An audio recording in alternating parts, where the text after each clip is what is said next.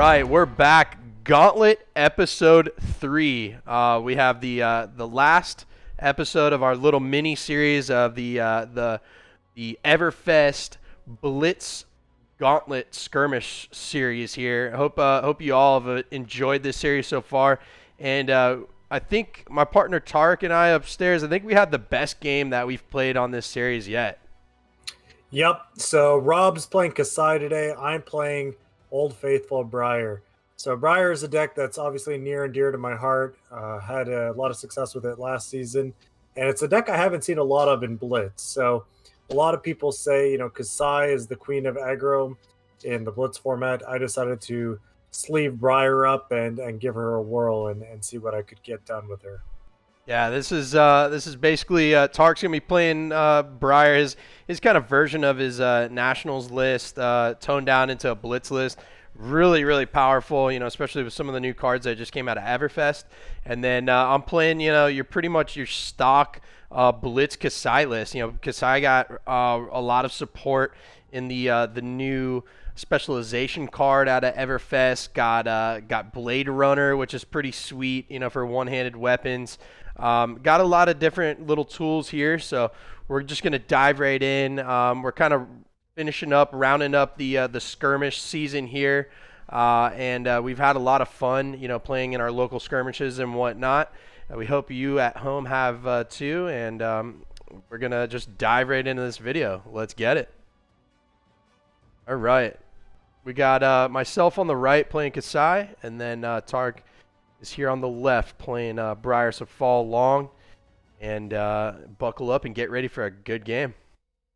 So I think I ended up winning the dice roll, but I ended up choosing to go second. So I think we will see Rob lead off here in a moment. The big reason you want to be going second, especially in my opinion in the draw matchup, is because you get the first blood essentially. Rob will be able to attack on his first turn, but I can functionally give him my entire turn or my entire hand and still have, the ability to come right back at him by drawing up to 4 cards at the end of the turn. Yeah, for sure. So basically the premise of this deck with Kassai is, you want to be attacking twice per turn. The Valiant Dynamo, the shoes equipment, can block for 1. If you swing with weapons twice in a turn, then you get to remove a -1 counter. So you continuously get to block that over and over again. You generate a lot of value there. And then the deck has a lot of combat tricks. We're going to see a blue combat trick here in the form of Out for Blood. It's a warrior attack reaction. Gives target weapon +1, and then the next weapon also gets +1 if the reprise is on.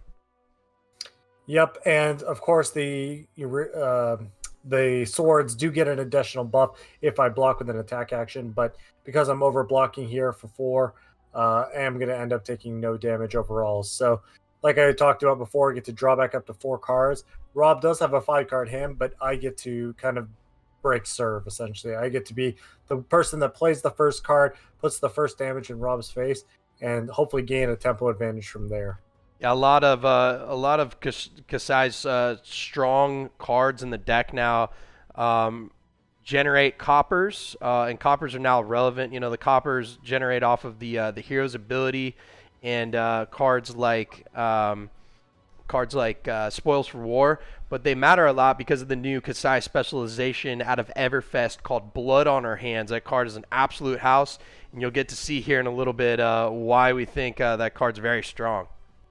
Yep, and really here, especially in Blitz, I'm prioritizing damage over an arsenal.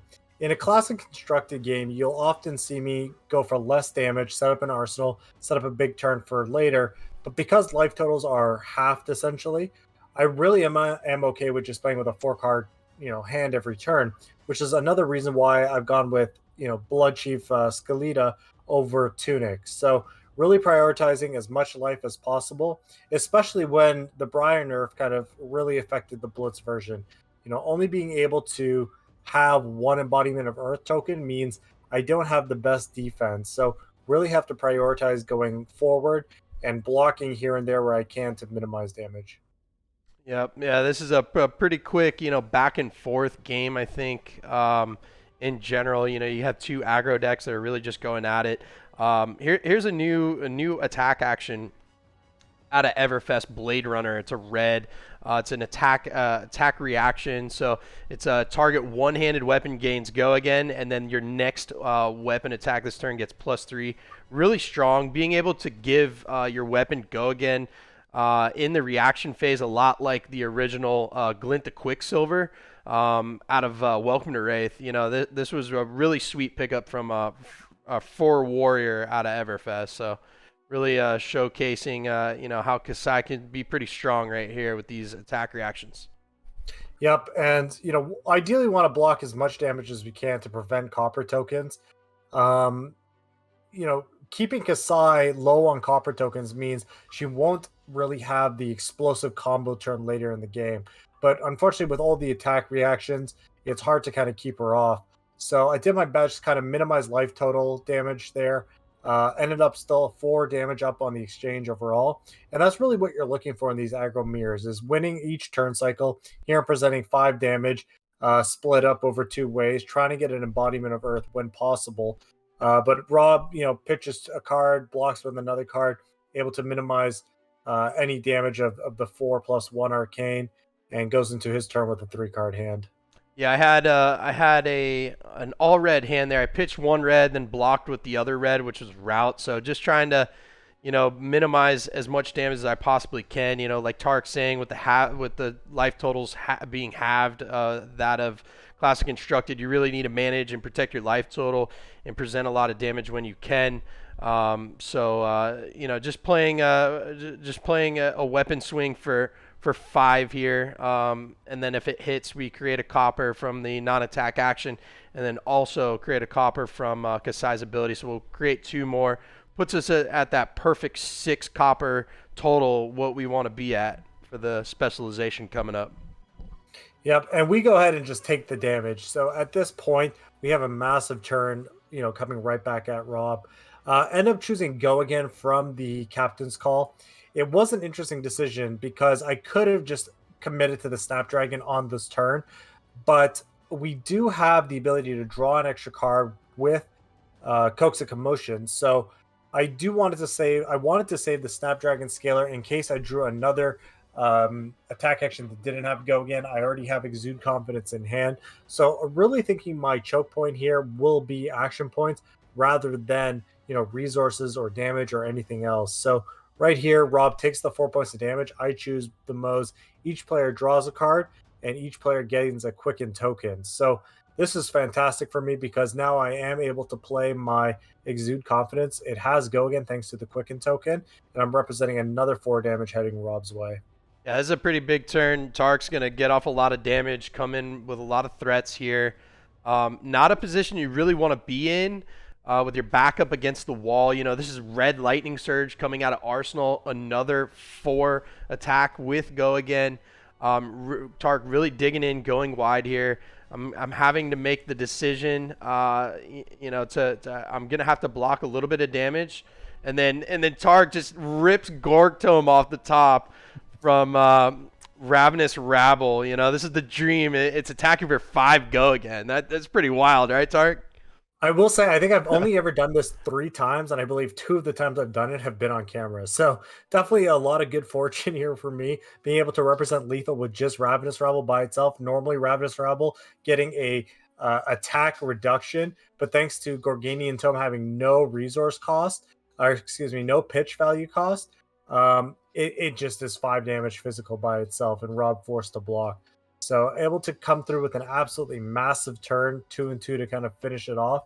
And it's going to require at least 1 extra card from Rob in order to stop either the arcane or the physical damage so that he does not die. Yeah, in hindsight, you know, that attack, having to take 1 extra damage and going to 1 may have been a definite decider in this game.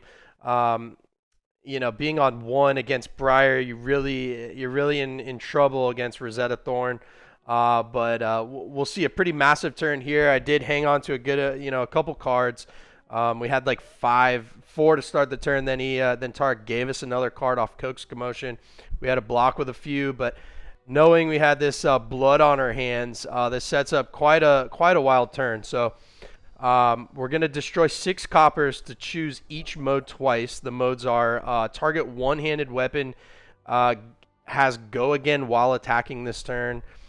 Target one-handed weapon gets +1, and target one-handed weapon can swing an additional time this turn. So you could choose all the modes, all 3 modes twice, and effectively target one of the weapons with all 3 and the other weapon with all 3. Kind of setting up almost like a Bolt and Sabers, Lumina Ascension. For those of you that play Classic Constructed out there, this when I kind of set this off, it reminded me a lot of that kind of like OTK setup turn. So we have a pretty big, some pretty big weapons coming up, but also we have a Quicken token. So since our swords already have go again while attacking, we do have a little spice for Tariq coming out of Arsenal here off his surprise Quicken he gave us.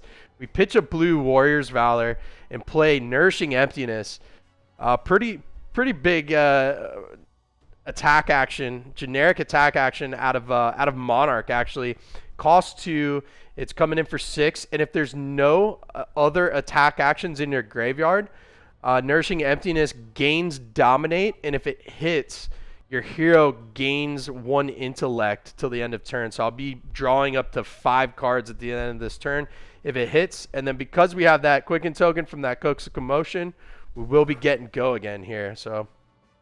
Yep, and that's correct. Ultimately, my goal is just to survive the turn with an attack action and a non-attack action with a way to proc Rosetta Thorn.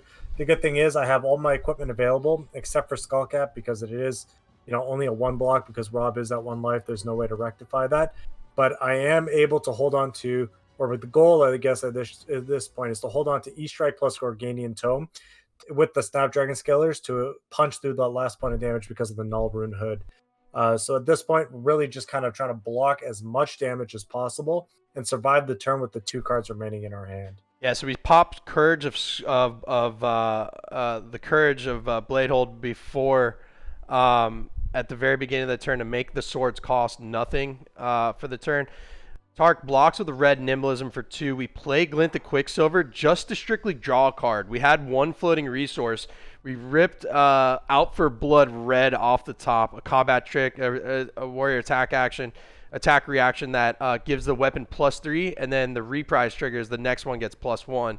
So coming in with some heavy damage. The next sword attack was for 4. Tariq blocked it with 2 with 2 pieces of equipment for a clean 4, and then we'll come in with the first sword second time for 3. Tariq takes that, and then the second sword the second time. Tariq blocks with the skull cap and just takes 2 there. Goes to 1. Yep, and really we've kind of accomplished our goals at this point, even though it doesn't look that way. Thankfully, Rob didn't draw a combat trick that could deal 1 more damage to me because I needed every last resource and every card in hand to be able to play this Enlightened Strike. Had Rob demanded an extra card from hand, I would have had to block with the Enlightened Strike and likely wouldn't have found a way to close out the game. Because keep in mind, Rob is drawing up to 5 cards here because of his additional intellect from Nourishing. So definitely in a hard place and really have to close the game out now with Rosetta Thorn if I'm going to. Yeah, here's a position where, had we had 1 more life, if we chose to play like Arcanite Skullcap, or, if we had 1 more life here, we could have survived this arcane proc or whatnot, with 5 cards in hand, we can block a lot and still have a threatening turn. However, there's not much we can do at this point in time. We are able to block for 5 here. Then Tariq just pitches. He snaps the Snapdragon Scalers to give Enlightened Strike go again. Pitches Revel and Runeblood to come in for 2 arcane and 2 physical off of Rosetta, and that's going to seal it up. Seal the deal. Yep, and it was a hard-fought battle, but Briar takes the crown, takes the title of Queen of Aggro.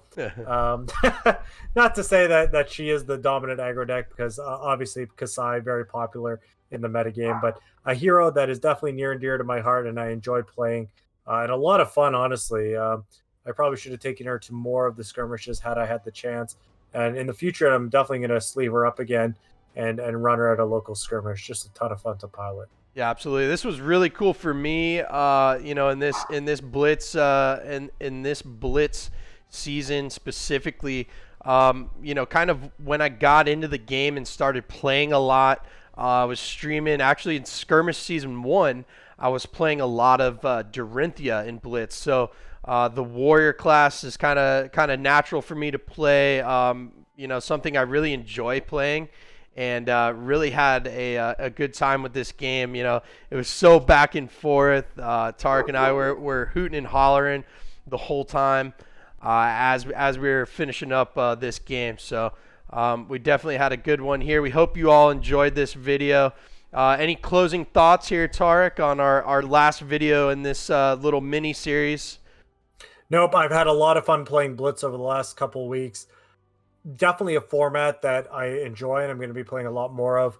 They're fun, they're quick, they're a great way to kind of get you or a friend into the game. So if you have the chance, stop by your local game store, grab some Blitz decks, and if there's somebody you want to introduce to the game in your life, definitely pick up a couple and teach them how to play. It is a fun and fast format. Absolutely, and be on the lookout on the horizon. We're starting to see a lot of battle hardens, pop up that are blitzed. There's some callings out there that are blitzed. Don't sleep on this format. This is a great format. We really like it.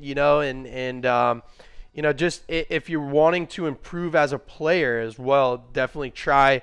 Not just maybe sticking with one format. If you're a Classic Constructed player, you've been playing a lot of Classic Constructed, reach out, branch out, try a little bit of Blitz, try a little bit of Draft, a little bit of Sealed. If you have a group of friends, play some Ultimate Pit Fight. There's there's a lot of formats in Flesh and Blood that are just a ton of fun. Even if you're just looking to kind of shake it up a little bit, if you've been playing the same matchup over and over again, in a certain format, just shake it up a little bit and, try some Blitz. We highly recommend it. It's very good. So it's been a pleasure making these videos. Hopefully maybe next season we can bring some back to y'all. Make sure you follow Tariq upstairs at Tariq Patel 10 on Twitter, and then you can follow myself on Twitter at TalarianD. We will see y'all very soon. Make sure you check out our content on channel Fireball. We do the Armageddon series, so keep an eye out for that for some high level competitive gameplay as well. That's absolutely right. Thanks everybody.